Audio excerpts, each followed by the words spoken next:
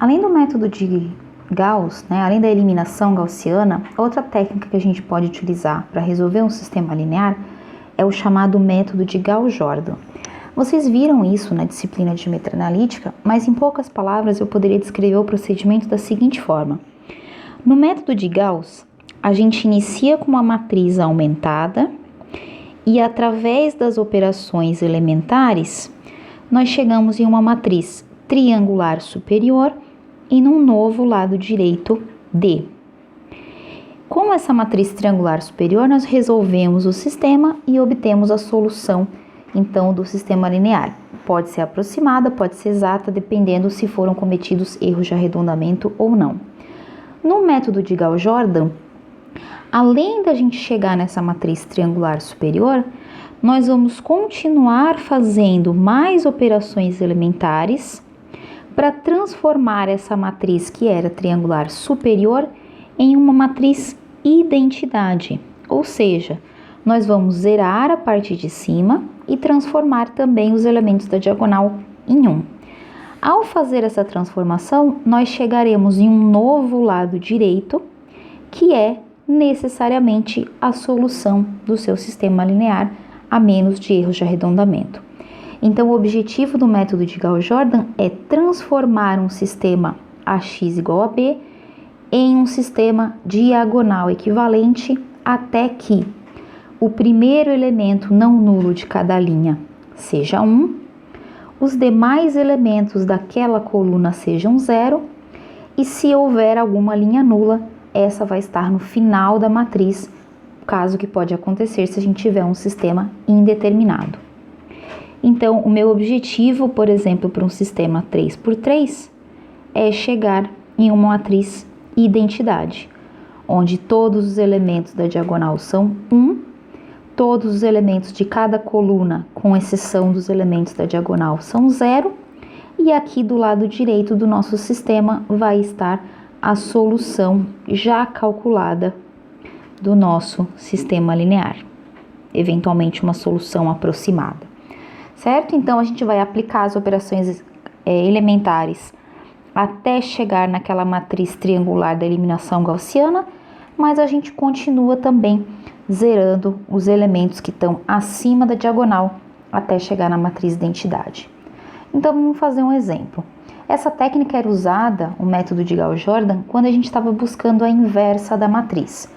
Então, aqui a gente tem esse sistema linear, que está escrito na forma de matriz aumentada, e eu vou então aplicar as minhas operações elementares. Então, a primeira parte do método é exatamente igual ao método de Gauss. Eu vou copiar o meu sistema aqui, menos 5, menos 9 e 2, e vou fazer as minhas operações elementares pensando em zerar esses dois elementos. Portanto, eu vou ter a linha 2 menos a linha 1, na verdade, mais a linha 1, porque já está com o sinal trocado. Por que mais? Vamos lembrar, você quer zerar o 2, usando o menos 2, o menos desse cara com esse cara fica mais, 2 dividido por 2 fica 1, então fica a linha 2 mais linha 1, sendo a nova linha 2, e aqui eu tenho linha 3, multiplico por 2, 2, linha 1, vai ser a minha nova linha 3. Você sempre pode usar aquela história de quem você quer zerar, dividido por quem você quer usar com o sinal trocado para construir o seu multiplicador, certo? Então, aqui eu fiz, como eram números inteiros, eu fiz direto. Então, efetuando as minhas duas operações elementares, eu vou chegar no seguinte sistema equivalente. Menos 2, 3 e 1, a primeira linha continua igual. 0, 0, opa, peguei o exemplo errado, perdão. 0, 4, menos 3 e menos 14.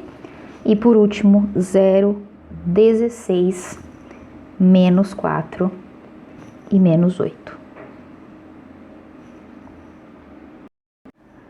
Sugiro que você pare a gravação e efetue as operações elementares para verificar que a nova matriz será essa matriz que está escrita aqui.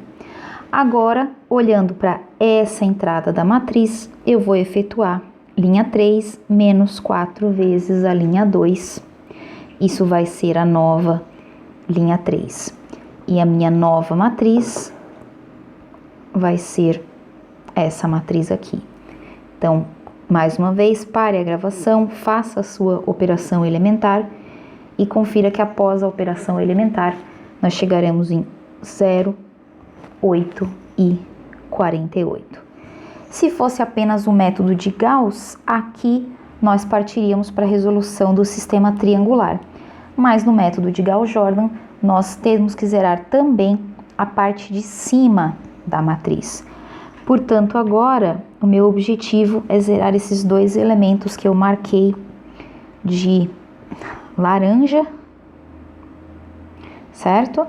Então, a minha linha 1 será, quem você quer zerar? O 1, usando o 8. Então, 1/8 da linha 3 será a nova linha 1. E para a linha 2, eu quero zerar o menos 3 usando o 8, que é multiplicador da linha 3. Isso será a minha nova linha 2. Então, lembre-se da regra. Quem você quer zerar, dividido por quem você quer usar nessa multiplicação. A minha preocupação aqui não é por conta do arredondamento, então eu vou usar os multiplicadores na forma inteira. E efetuando essas duas operações elementares, eu vou chegar na seguinte matriz. Então, vou repetir ela aqui embaixo, sendo que ela vai ser alterada. O que acontece é, se eu optar por fazer as operações na ordem que eu fiz, primeiro a primeira coluna, depois o 16 e agora os elementos da última coluna, eu tenho que, os elementos não interferem. Como eu estou usando a linha 3, essa linha não interfere nessa matriz de cima, porque aqui embaixo os elementos são 0. Por isso, esse é o procedimento que a gente adota quando a gente vai implementar ou até mesmo fazer a conta manualmente. Zeramos primeiro a primeira coluna, a segunda abaixo da diagonal principal. Feito isso, usamos a linha 3 para zerar a linha 2 e a linha 1, e aqui a nossa matriz permanece a mesma, então não precisamos nos preocupar com a alteração daquela parte da matriz. Fazendo as devidas operações elementares, nós vamos chegar em 0 e 0 aqui em cima do 8, menos 14 e 4. Então, faça as operações elementares para você poder verificar que realmente são esses resultados que a gente obtém. Falta aqui, então, com relação aos elementos fora da diagonal, zerar o menos 3. Para isso, eu vou usar a linha 2, justamente para não precisar me preocupar com o restante da linha. Então, linha 2, eu quero zerar o 3 usando o 4. Portanto, eu vou multiplicar a minha linha 2 por 3/4. Esse vai ser o meu multiplicador que vai gerar a minha próxima linha.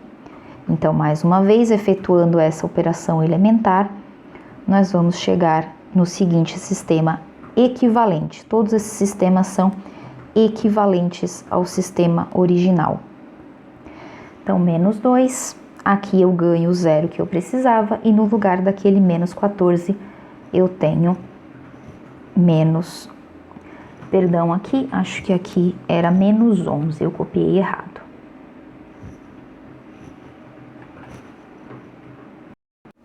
Isso, pessoal, desculpa, aqui era menos 11, certo? Então, menos 3, menos 2, 3, 0 e menos 11. Então, a correção aqui é menos 11. Então, usando menos 11, agora sim, eu vou chegar em menos 14 na primeira entrada do lado direito. Quase triangular, quer dizer, quase diagonal. É um sistema diagonal, mas ainda não é a identidade, certo? Então, agora eu vou precisar efetuar 3 operações elementares para transformar os meus elementos da diagonal em uns. Então, eu vou dividir a linha 1 por menos meio, isso será a minha nova linha 1. Essa operação elementar não altera a solução do sistema. eu vou dividir a linha 1, 2 por 4, e eu vou dividir a linha 3 por 8. E aí sim, o meu sistema linear vai ficar 1, 0, 0. Ao dividir menos 14 por menos 2, nós obtivemos 7. Ao dividir 4, obtemos 1 e 1, todo o resto é 0. Ao dividir por 8, nós obtemos 1 e 6. Como eu tenho uma matriz identidade, isso está me dizendo que x1 é igual a 7, x2 é igual a 1 e x3 é igual a 6. Ou seja, a solução do seu sistema, estou colocando tio porque não sei se essa solução é a solução exata do meu sistema, é 7, 1 e 6. Para verificar a qualidade, deixo de exercício para vocês o cálculo do resíduo. Então, calculem o resíduo A x-til menos B e vocês vão verificar que esse resíduo de fato vai gerar o vetor nulo. Então, essa solução é sim a solução exata do meu sistema linear, mas eu só consigo afirmar isso depois que eu faço o cálculo do vetor resíduo. Portanto, o método de Jordan é muito parecido com o método de Gauss-Jordan. A gente só precisa finalizar essas operações elementares para transformar a minha matriz lá no final em uma matriz identidade e não somente em uma matriz triangular superior. Vamos ver outro exemplo então agora. Eu tinha deixado uma folhinha, mas não precisou, certo? Então, a gente vai dar uma olhadinha em mais um exemplo. Esse exemplo B é uma matriz muito parecida com aquela matriz que a gente tinha originalmente. Então, aqui eu já tenho as multiplicações feitas, as operações elementares feitas, certo? O meu primeiro multiplicador é também linha 1, soma com a linha 1, isso vai gerar a nova linha 2. A linha 3 vai ser mais 2 vezes a linha 1, gerando a minha nova linha 3. Então, aqui embaixo eu tenho esses cálculos. Aqui a minha primeira operação elementar, linha 2 é igual a linha 2 mais linha 1. E aqui embaixo a segunda operação elementar, essas duas que eu descrevi aqui, certo? Eu só estou fazendo o cálculo já computacionalmente. Então, ao fazer as operações elementares pensando em zerar essa parte da matriz, nós vamos obter essa matriz aqui. Então, vocês podem parar o vídeo e fazer a conta e conferir que a matriz vai ser dessa forma. O que muda nesse sistema?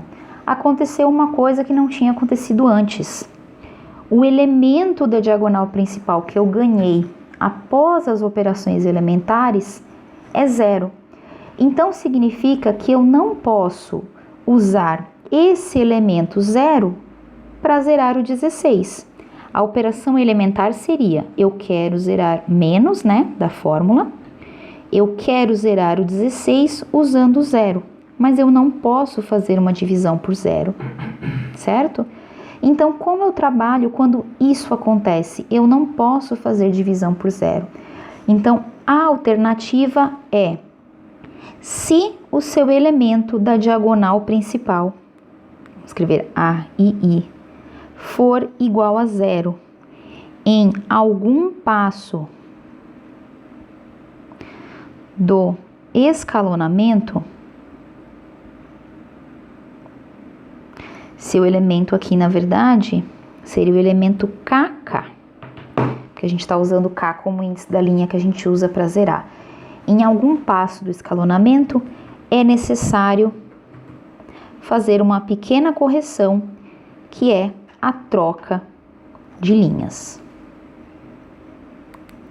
Essa troca de linhas é feita justamente porque eu não posso fazer uma divisão por 0. Essa troca de linhas, ela é necessariamente forçada quando acontece do elemento da diagonal principal ser 0. Porém, essa troca de linhas também pode ser usada quando a gente quer melhorar a qualidade daquela solução aproximada que a gente tem.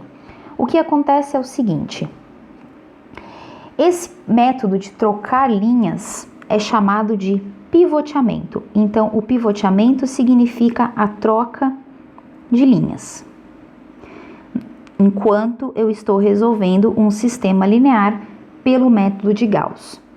Isso vai acontecer toda vez que eu tiver o elemento AKK, que a gente chama de pivô, nulo, porque nesse caso eu não posso calcular os meus multiplicadores. Eu posso evitar esse problema trocando as linhas ou colunas, mas em geral as linhas é mais fácil de serem trocadas. Só que essa estratégia também é muito útil quando nós temos pivôs que são próximos de zero. Isso pode acontecer por erros de arredondamento.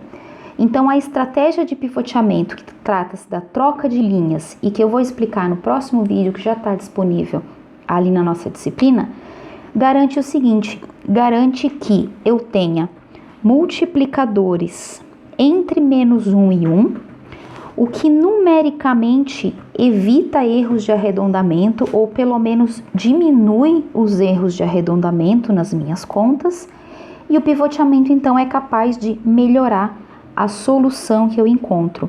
Portanto, a gente consegue mostrar que o erro de arredondamento diminui. Lembra aquele erro do exemplo anterior que eu fiz para vocês? Esse erro de arredondamento diminui quando a gente usa a estratégia de pivoteamento. Então, a próxima aula que está disponível para vocês trata do método de Gauss com a estratégia de pivoteamento, e ela é usada nas duas situações. Quando nós temos um elemento da diagonal nulo e a única maneira de seguir a resolução é trocar o sistema, ou então quando nós queremos diminuir o erro de arredondamento que acontece por conta da perda de precisão quando a gente usa números decimais, certo? Então assistam a próxima aula e até mais.